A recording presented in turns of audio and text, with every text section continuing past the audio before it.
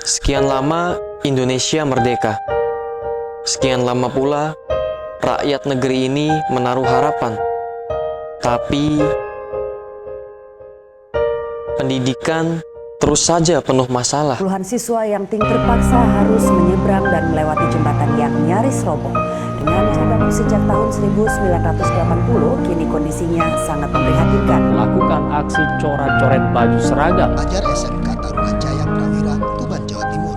Suasana merayakan kelulusan dilakukan para Yang sekolah berulang kali mengajukan perbaikan gedung tidak pernah ditindaklanjuti. Terpaksa pelajar di lantai kelas harus duduk membungkuk dan tengkurap di lantai. Menjual keperawanan temannya sendiri, sesama pelajar, keempat remaja yang masih berusia 16 tahun. Pelajar dari sekolah menengah kejuruan 3. Pendidikan berperan penting dalam kemajuan suatu negeri. Bila pendidikannya bermasalah, maka generasinya pun akan bermasalah. Dan ini akan menghambat kemajuan negeri tersebut.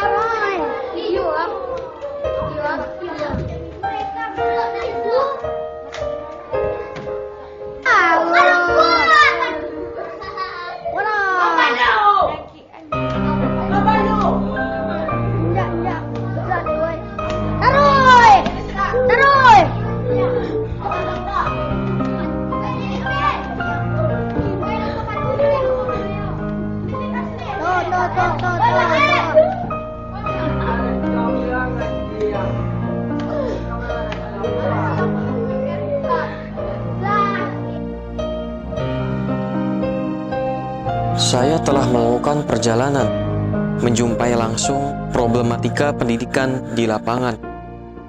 Tak ada hal baru yang saya temui, melainkan problem pendidikan yang tak kunjung selesai.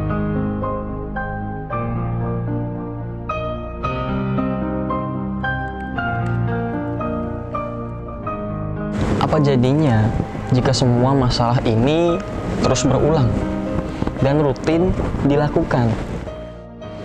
Apakah semua ini bisa dikatakan kasus? Itu bukan kasus. Hal seperti itu bukan kasus. Masalah itu bisa dikatakan buah dari sistem tersebut. Inilah realita pendidikan di Indonesia.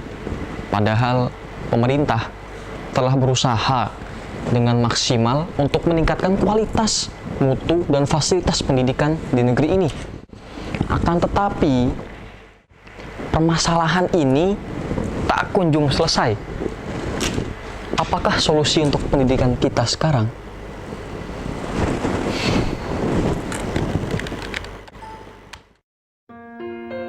Ya, kalau kita perhatikan memang banyak sekali masalah dialami oleh dunia pendidikan kita.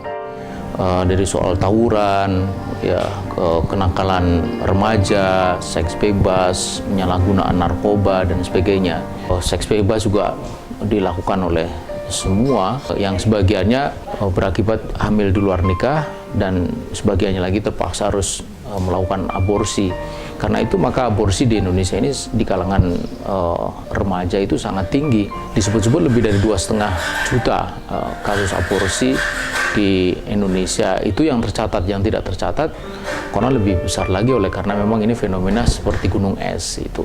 Kemudian penyalahgunaan narkoba kita tahu sekarang ini juga merambah di kalangan pelajar, dengan korban yang disebut-sebut oleh BNN itu setiap hari lebih dari 50 orang meninggal dunia gitu. Jadi kita lihat memang dunia pendidikan kita ini sangat memprihatinkan. Jelas bahwa kita harus melakukan sesuatu untuk terciptanya sebuah pendidikan yang baik. Apa saja langkah yang harus dilakukan? Kembali kepada persoalan-persoalan tadi itu. Pendidikan yang baik itu hanya akan mungkin di dalam sebuah masyarakat yang baik itu. Bukan hanya sekedar satu aspek saja, tetapi juga menyangkut seluruh aspek kehidupan. Itulah esensi dari pendidikan yang kita cita-citakan, dan kesanalah kita sedang menuju, bukan sekedar satu dua aspek pendidikan, satu dua aspek kehidupan, khususnya di bidang pendidikan yang kita cita-citakan. Saya kira